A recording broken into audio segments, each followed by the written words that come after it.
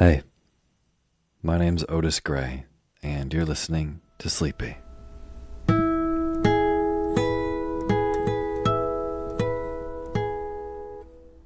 A podcast where I read old books to help you get to sleep. So, it's almost Thanksgiving, and I don't know what it is about this time of the year, but I just feel like this is always the time for really slow kind of mystery novels. And I've got a great one of those for you tonight. And before we get to the bedtime reading, I just want to profoundly thank all of our brand new patrons on patreon.com, which is a website where you can go and pledge a couple bucks for an ad-free version of Sleepy.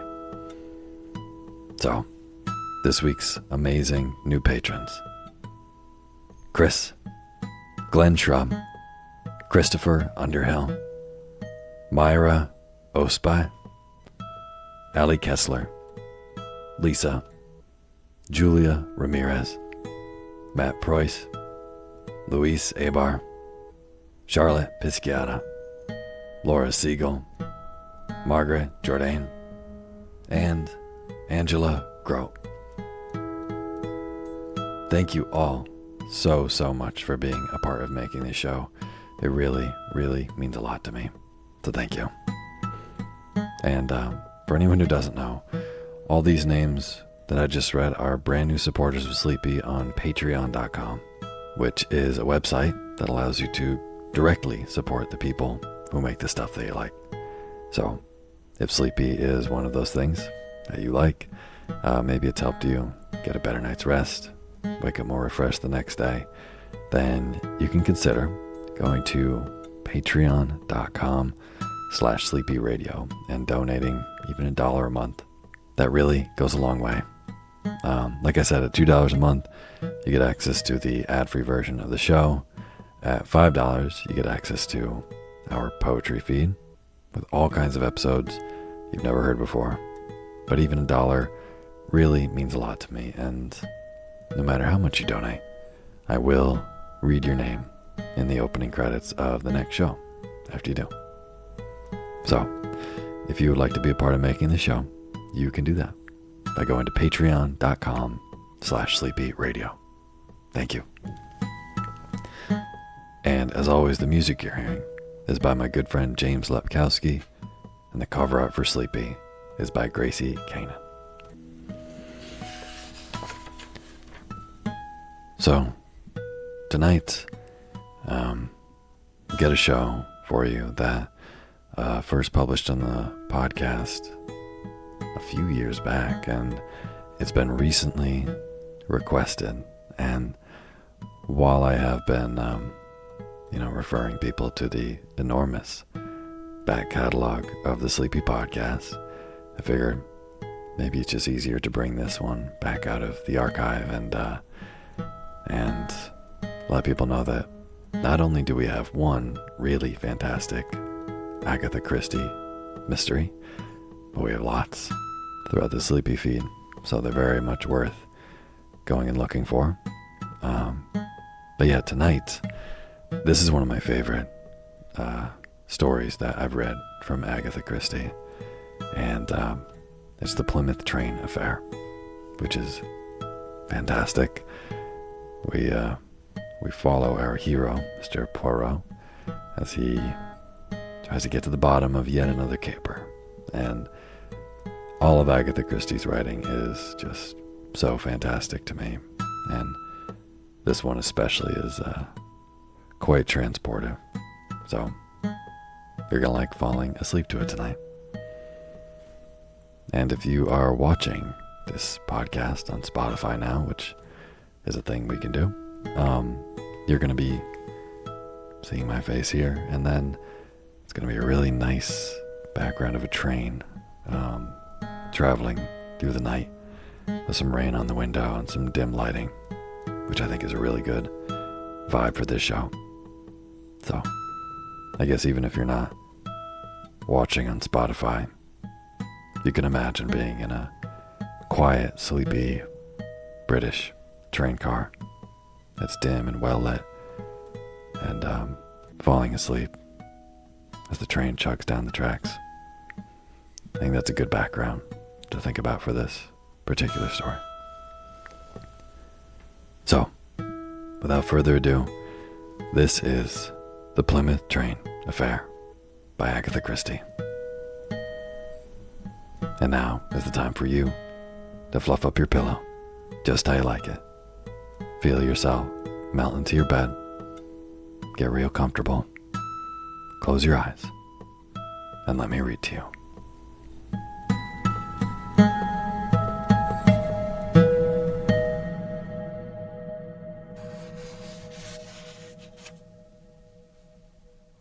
The Plymouth Express Affair. Alex Simpson, RN, stepped from the platform at Newton Abbot into a first-class apartment of the Plymouth Express. A porter followed him with a heavy suitcase. He was about to swing it up to the rack, but the young sailor stopped him. "No, leave it on the seat. I'll put it up later. Here you are."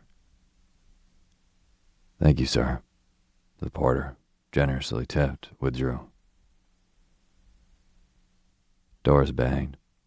A stentorian voice shouted, "Plymouth only. Change for Torquay. Plymouth, next stop." Then a whistle blew, and the train drew slowly out of the station. Lieutenant Simpson had the carriage to himself. The December air was chilly, and he pulled up the window. Then he sniffed vaguely and frowned. What a smell there was. Reminded him of that time in the hospital and the operation on his leg. Yes, chloroform. That was it. He let the window down again, changing his seat to one with its back to the engine. He pulled a pipe out of his pocket and lit it. For a little time, he sat inactive, looking out into the night and smoking. At last, he roused himself, and opening the suitcase, took out some papers and magazines, then closed the suitcase again and endeavored to shove it under the opposite seat without success. Some hidden obstacle resisted it. He shoved harder with rising impatience, but it still stuck out halfway into the carriage. "Why the devil won't it go in?" he muttered, and hauling it out completely, he stooped down and peered under the seat. A moment later, a cry rang out into the night, and the great train came to an unwilling halt in obedience to the imperative jerking of the communication cord. "Mon ami," said Poirot, "you have, I know, been deeply interested in this mystery of the Plymouth Express. Read this." I picked up the note he flicked across the table at me. It was brief and to the point. "Dear sir, I shall be obliged if you will call upon me at your earliest convenience. Yours faithfully, Ebenezer Halliday."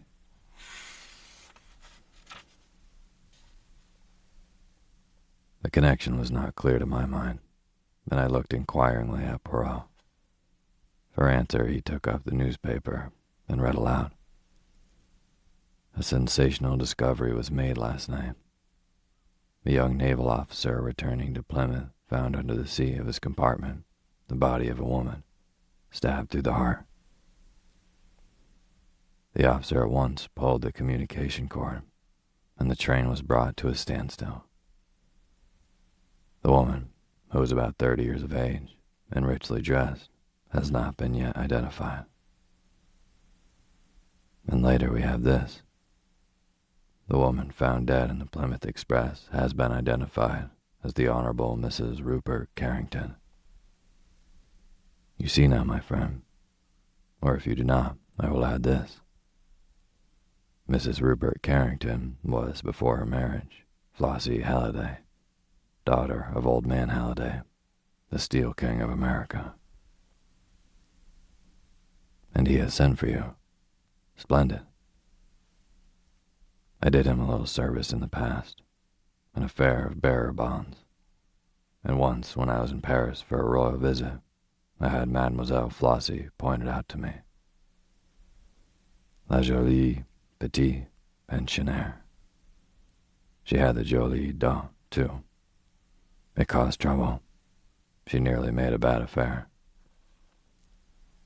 How was that?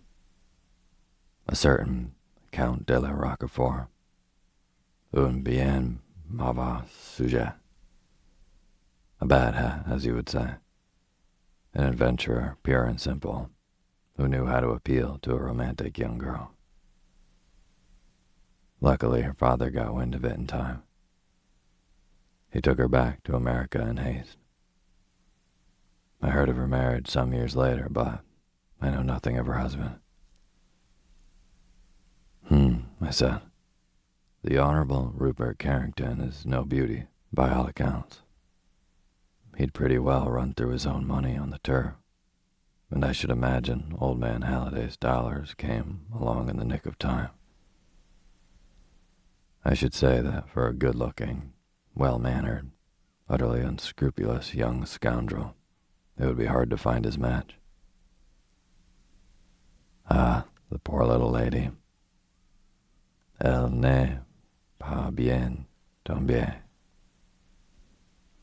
I fancy he made it pretty obvious at once that it was her money, and not she, that had attracted him. I believe they drifted apart almost at once.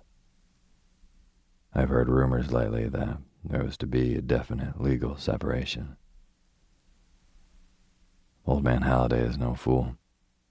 He would tie up her money pretty tight. I dare say. Anyway, I know as a fact that the Honorable Rupert is said to be extremely hard up. Aha. I wonder. You wonder what? My good friend, do not jump down my throat like that. You are interested, I see. Supposing you accompany me to see Mr. Halliday. There is a taxi stand at the corner. A very few minutes sufficed to whirl us to the superb house in Park Lane, rented by the American magnate. We were shown into the library, and almost immediately we were joined by a large, stout man with piercing eyes and an aggressive chin. Monsieur Poirot, said Mr. Halliday. I guess I don't need to tell you what I want you for. You've read the papers, and I'm never one to let the grass grow under my feet. I happened to hear you were in London. I remember the good work you did over those bonds. Never forget a name. I've got the pick of Scotland Yard, but I'll have my own man as well. Money no object. All the dollars were made for my little girl, and now she's gone. I'll spend my last cent to catch the damn scoundrel that did it. See? So it's up to you to deliver the goods. Poirot bowed. I accept, monsieur, all the more willingly that I saw your daughter in Paris several times. And now I will ask you to tell me the circumstances of her journey to Plymouth, and any other details that seem to you to bear upon the case. Well, to begin with, responded Halliday, she wasn't going to Plymouth. She was going to join a house party at Avonmead Court, the Duchess of Swansea's place. She left London by the 12:14 from Paddington, arriving at Bristol, where she had no change, at 2:50. The principal Plymouth expresses, of course, run via Westbury, and do not go near Bristol at all. The 12:14 does a non-stop run to Bristol, afterward stopping at Weston, Taunton, Exeter, and Newton Abbot. My daughter traveled alone in her carriage, which was reserved as far as Bristol, her maid being in a third-class carriage in the next coach. Poirot nodded, and Mr. Halliday went on. The party at Avonmead Court was to be a very gay one, with several balls, and in consequence, my daughter had with her nearly all her jewels, amounting in value, perhaps, to about $100,000. "Un moment," interrupted Poirot. "Who had charge of the jewels? Your daughter or the maid?" "My daughter always took charge of them herself, carrying them in a small blue morocco case." "Continue, monsieur." "At Bristol, the maid, Jane Mason, collected her mistress's dressing bag and wraps, which were with her, and came to the door of Flossie's apartment. To her intense surprise, my daughter told her that she was not getting out at Bristol, but was going on farther. She directed Mason to get out the luggage and put it in the cloakroom. She could have tea in the refreshment room, but she was to wait at the station for her mistress, who would return to Bristol by an up train in the course of the afternoon. The maid, although very much astonished, did as she was told. She put the luggage in the cloakroom and had some tea. But up train after up train came in, and her mistress did not appear. After the arrival of the last train, she left the luggage where it was and went to a hotel near the station for the night. This morning, she read of the tragedy and returned to town by the first available train. Is there nothing to account for your daughter's sudden change of plan? Well, there's this. According to Jane Mason, at Bristol, Flossie was no longer alone in her carriage. There was a man in it who stood looking out of the farther window so that she could not see his face. The train was a corridor one, of course. Yes. Which side was the corridor? On the platform side. My daughter was standing in the corridor as she talked to Mason. And there is no doubt in your mind. Excuse me. He got up and carefully straightened the inkstand, which was a little askew. Je vous demande pardon, he continued, reseating himself. It affects my nerves to see anything crooked. Strange, is it not? I was saying, monsieur, that there is no doubt in your mind as to this probably unexpected meeting being the cause of your daughter's sudden change of plan. It seems the only reasonable supposition. You have no idea as to who the gentleman in question might be. The millionaire hesitated for a moment and then replied, No, I do not know at all. Now, as to the discovery of the body. It was discovered by a young naval officer who at once gave the alarm. There was a doctor on the train. He examined the body. She had been first chloroformed and then stabbed. He gave it as his opinion that she had been dead about 4 hours. So it must have been done not long after leaving Bristol. Probably between there and Weston. Possibly between Weston and Taunton. And the jewel case. The jewel case, Monsieur Poirot, was missing. One more thing, monsieur. Your daughter's fortune. To whom does it pass at her death? Flossie made a will soon after her marriage, leaving everything to her husband. He hesitated for a minute, and then went on. I may as well tell you, Monsieur Poirot, that I regard my son-in-law as an unprincipled scoundrel, and that, by my advice, my daughter was on the eve of freeing herself from him by legal means. No difficult matter. I settled her money upon her in such a way that he cannot touch it during her lifetime. But although they've lived entirely apart for some years, she has frequently acceded to his demands for money, rather than face an open scandal. However, I was determined to put an end to this, and at last Flossie agreed, and my lawyers were instructed to take proceedings. And where is Monsieur Carrington? In town. I believe he was away in the country yesterday, but he returned last night.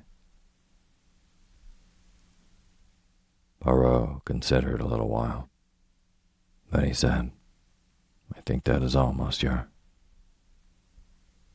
"You would like to see the maid, Jane Mason?" "If you please." Halliday rang the bell and gave a short order to the footman. A few minutes later, Jane Mason entered the room, a respectable, hard-featured woman, as emotionless in the face of tragedy as only a good servant can be. "You'll permit me to put a few questions? Your mistress, she was quite as usual before starting yesterday morning. Not excited or flurried?" "Oh, no, sir." "But at Bristol she was quite different?" "Yes, sir. Regular upset. So nervous she didn't seem to know what she was saying." "What did she say exactly?" "Well, sir, as near as I can remember, she said, 'Mason, I've got to alter my plans. Something has happened. I mean, I'm not getting out here after all. I must go on. Get out the luggage and put it in the cloakroom. Then have some tea and wait for me in the station." "Wait for you here, ma'am?" I asked. Yes. Don't leave the station. I shall return by a later train. I don't know when. It may be until quite late."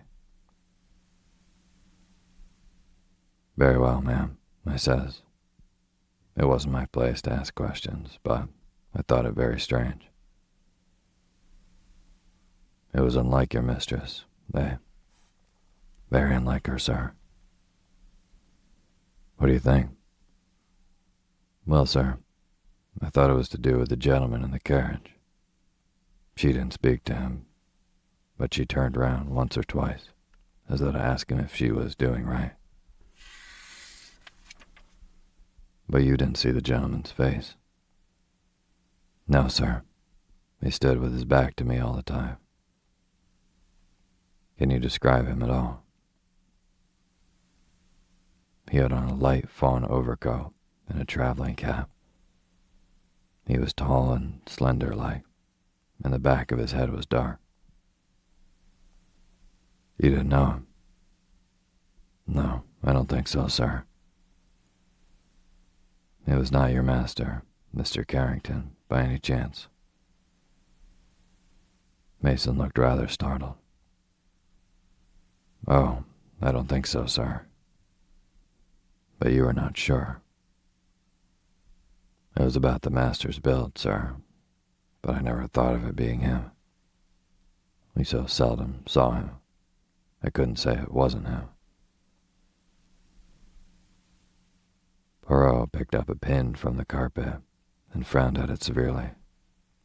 Then he continued, "Would it be possible for the man to have entered the train at Bristol before you reached the carriage?" Mason considered. "Yes, sir, I think it would. My compartment was very crowded, and it was some minutes before I could get out. And then there was a very large crowd on the platform, and that delayed me too. But he'd only have had a minute or two to speak to the mistress that way." I took it for granted that he'd come along the corridor. That is more probable, certainly. He paused, still frowning. You know how the mistress was dressed, sir. The papers give a few details, but I would like you to confirm them.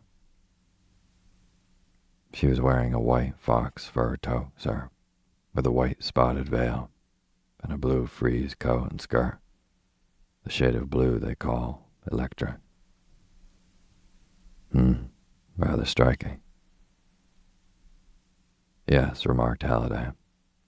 Inspector Japp is in hopes that they may help us to fix the spot where the crime took place. Anyone who saw her would remember her. Precisamente. Thank you, mademoiselle. The maid left the room. Well, Poirot got up briskly. That is all I can do here.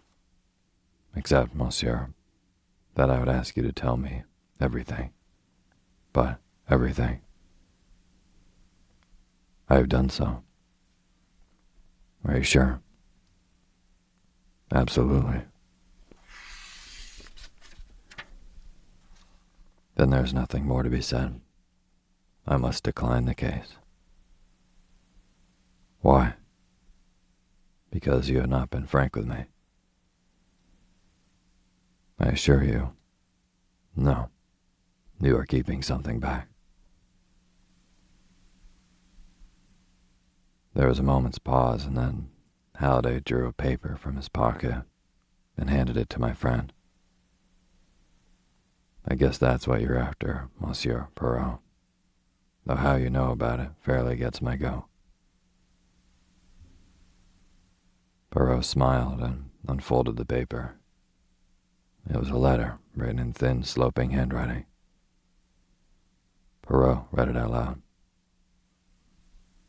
Chère Madame, it is with infinite pleasure that I look forward to the felicity of meeting you again. After your so amiable reply to my letter, I can hardly restrain my impatience. I've never forgotten those days in Paris. It is most cruel that you should be leaving London tomorrow. However, before very long, and perhaps sooner than you think, I shall have the joy of beholding once more the ladies whose image has ever reigned supreme in my heart. Believe, chère madame, all the assurance of my most devoted and unaltered sentiments. Armand de la Rochefort. Poirot handed the letter back to Halliday with a bow. I fancy, monsieur, that you did not know that your daughter intended renewing her acquaintance with the Count de la Rochefort. It came as a thunderbolt to me. I found this letter in my daughter's handbag. As you probably know, Monsieur Poirot, the so-called Count is an adventurer of the worst type. Poirot nodded. But what I want to know is how you knew of the existence of this letter. My friend smiled. Monsieur, I did not. But to track footmarks and recognize cigarette ash is not sufficient for a detective. He must also be a good psychologist. I knew that you disliked and mistrusted your son-in-law. He benefits by your daughter's death. The maid's description of the mysterious man bears a sufficient resemblance to him. Yet you are not keen on his track. Why? Surely because your suspicions lie in another direction. Therefore, you are keeping something back.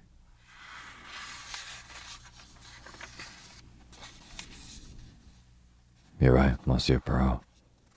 I was sure of Rupert's guilt until I found this letter. It unsettled me horribly. Yes, the Count says, before very long, and perhaps sooner than you think. Obviously, he would not want to wait until you get wind of his appearance. Was it he who traveled down from London by the 12:14 and came along the corridor to your daughter's compartment? The Count de la Rochefort is also, if I remember rightly, tall and dark. The millionaire nodded. Well, monsieur, I will wish you a good day. Scotland Yard has, I presume, a list of the jewels? Yes, I believe Inspector Japp is here now, if you would like to see him. Japp was an old friend of ours, and greeted Poirot with a sort of affectionate contempt. And how are you, monsieur?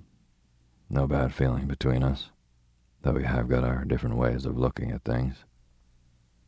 How are the little gray cells, eh? Going strong? Poirot beamed upon him. They function, my good Japp. Assuredly they do. Then that's all right. Think it was the Honorable Rupert, or a crook? We're keeping an eye on all the regular places, of course. We shall know if the shiners are disposed of, and of course whoever did it isn't going to keep them to admire their sparkle. Not likely. I'm trying to find out where Rupert Carrington was yesterday. Seems a bit of a mystery about it. I've got a man watching him. A great precaution, but perhaps a delay, suggested Poirot gently. You always will have your joke, Monsieur Poirot. Well, I'm off to Paddington. Bristol, Weston, Taunton. That's my beat. So long. You will come around and see me this evening and tell me the result? Sure thing, if I'm back. That good inspector believes in matter in motion, murmured Poirot as our friend departed. He travels, he measures footprints, he collects mud and cigarette ash. He is extremely busy. He is zealous beyond words. And if I mentioned psychology to him, do you know what he would do, my friend? He would smile. He would say to himself, poor old Poirot. He ages. He grows senile. Japp is the younger generation knocking on the door. And ma foi, they are so busy knocking that they do not notice that the door is open. And what are you going to do? As we have a carte blanche, I shall expend 3 pence in ringing up the Ritz, where you have noticed our Count is staying. After that, as my feet are a little damp, and I have sneezed twice, I shall return to my rooms and make myself a tisano over the spirit lamp. I did not see Poirot until the following morning. I found him placidly finishing his breakfast. Well, I inquired eagerly, what has happened? Nothing. But Japp? I have not seen him. The Count? He left the Ritz the day before yesterday. The day of the murder? Yes. Then that settles it. Rupert Carrington is cleared. Because the Count de la Rochefort has left the Ritz. You go too fast, my friend. Anyway, he must be followed. Arrest him. But what could be his motive? $100,000 worth of jewelry is a very good motive for anyone. No. The question to my mind is, why kill her? Why not simply steal the jewels? She would not prosecute. Why not? Because she is a woman, mon ami. She once loved this man. Therefore, she would suffer her loss in silence. And the Count, who is an extremely good psychologist where women are concerned, hence his successes, who know that perfectly well. On the other hand, if Rupert Carrington killed her, why take the jewels, which would incriminate him fatally? As a blind? Perhaps you are right, my friend. Ah, here is Job. I recognize his knock. The inspector was beaming good-humoredly. Morning, Poirot. Only just got back. I've done some good work. And you? Me? I've arranged my ideas, replied Poirot placidly. Job laughed heartily. Old chap's getting on in years, he observed beneath his breath to me. That won't do for us young folk, he said aloud. Quoi de dommage? Poirot inquired. Well, do you want to hear what I've done? You permit me to take a guess. You found the knife with which the crime was committed by the side of the line between Weston and Taunton, and you have interviewed the paper boy who spoke to Mrs. Carrington at Weston. Job's jaw fell. How on earth did you know? Don't tell me it was those almighty little gray cells of yours. I am glad you admit for once that they are almighty. Tell me, did she give the paper boy a shilling for himself? No, it was half a crown. Job recovered his temper and grinned. Pretty extravagant, these rich Americans. And in consequence, the boy did not forget her. Not he. Half-crowns don't come his way every day. She hailed him and bought 2 magazines. One had a picture of a girl in blue on the cover. That'll match me, she said. Oh, he remembered her perfectly. Well, that was enough for me. By doctor's evidence, the crime must have been committed before time. I guess they'd throw the knife away at once. I walked down the line looking for it, and sure enough, there it was. I made inquiries at Taunton about our man, but of course it's a big station. It wasn't likely they'd notice him. He probably got back to London by a later train. Poirot nodded. Very likely. But I found another bit of news when I got back. They're passing the jewels all right. That large emerald was pawned last night by one of the regular lot. Who do you think it was?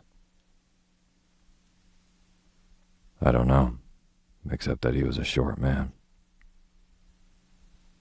Job started. Well, you're right there. He's short enough. It was Red Narky. Who on earth is Red Narky? I asked. A particularly sharp jewel thief, sir, and not one to stick at murder.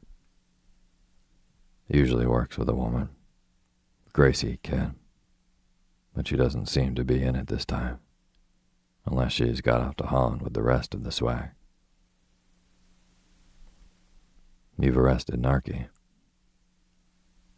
Sure thing, but mind you, it's the other man we want. The man who went down with Miss Carrington in the train. He was the one who planned the job, right enough. But Narky won't squeal on a pal. I noticed that Poirot's eyes had become very green. I think, he said gently, that I can find Narky's pal for you all right. One of your little ideas, eh? Jap eyed Poirot sharply. Wonderful how you manage to deliver the goods sometimes, at your age and all. Devil's own luck, of course.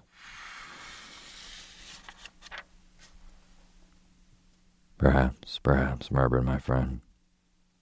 Hastings, my hat, and the brush. So, my galoshes if it still rains.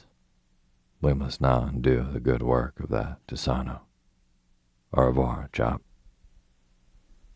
Good luck to you, Poirot. Poirot hailed the first taxi we met and directed the driver to Park Lane. When we drew up before Halliday's house, he skipped out nimbly, paid the driver, and rang the bell.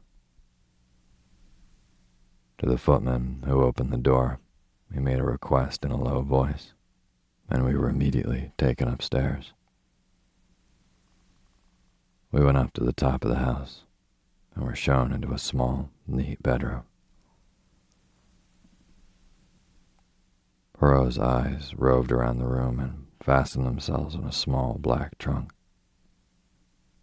He knelt in front of it, scrutinized the labels on it, and took a small twist of wire from his pocket. "Ask Mr. Halliday if he will be so kind as to mount to me here," he said over his shoulder to the footman. The man departed, and Poirot gently coaxed the lock of the trunk with a practiced hand. In a few minutes, the lock gave, and he raised the lid of the trunk.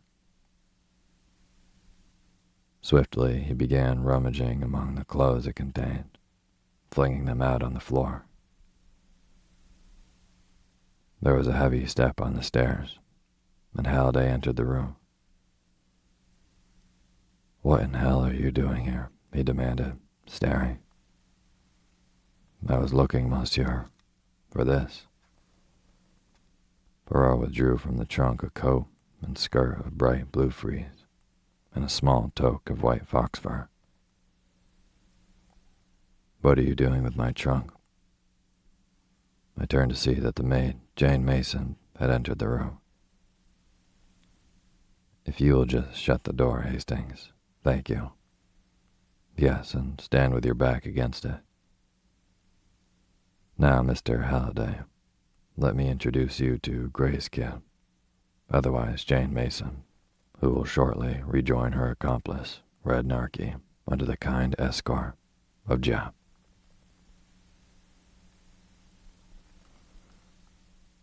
It was one of the most simple. Poirot waved a deprecating hand, then helped himself to more caviar. It is not every day that one lunches with a millionaire. It was the maid's insistence on the clothes that her mistress was wearing that first struck me. Why was she so anxious that our attention should be directed to them? I reflected that we had only the maid's word for the mysterious man in the carriage at Bristol. As far as the doctor's evidence went, Mrs. Carrington might easily have been murdered before reaching Bristol. But if so, then the maid must be an accomplice. And if she were an accomplice, she would not wish this point to rest on her evidence alone. The clothes Mrs. Carrington was wearing were of a striking nature. A maid usually has a good deal of choice as to what her mistress shall wear. Now, if, after Bristol, anyone saw a lady in bright blue coat and skirt and a fur toque, he will be quite ready to swear he has seen Mrs. Carrington. I began to reconstruct. The maid would provide herself with duplicate clothes. She and her accomplice chloroform and stab Mrs. Carrington between London and Bristol, probably taking advantage of a tunnel. Her body is rolled under the seat. The maid takes her place. At Weston, she must make herself noticed. How? In all probability, a newspaper boy will be selected. She will ensure his remembering her by giving him a large tip. She also drew his attention to the color of her dress by a remark about one of the magazines. After leaving Weston, she throws the knife out the window to mark the place where the crime presumably occurred, and changes her clothes or buttons a long mackintosh over them.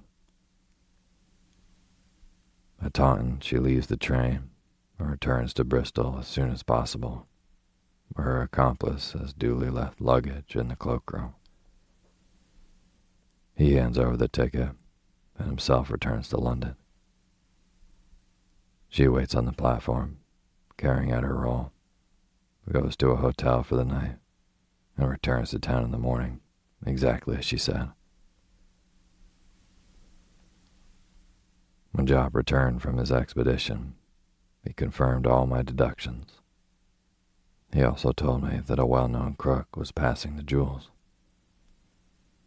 I knew that whoever it was would be the exact opposite of the man Jane Mason described. When I heard it was Red Narky, who always worked with Gracie Kidd, well, I knew just where to find her. And the Count? The more I thought of it, the more I was convinced that he had nothing to do with it. That gentleman is much too careful of his own skin to risk murder. It would be out of keeping with his character. Well, Monsieur Perrault, said Halliday, I owe you a big debt, and the check I write after lunch won't go near to settling it. Perrault smiled modestly and murmured to me, the good job. He shall get the official credit, all right. But though he has got his Gracie Kidd, I think that I, as the Americans say, have got his go.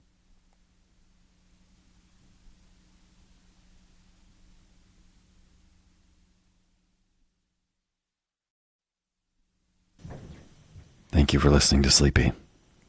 Good night.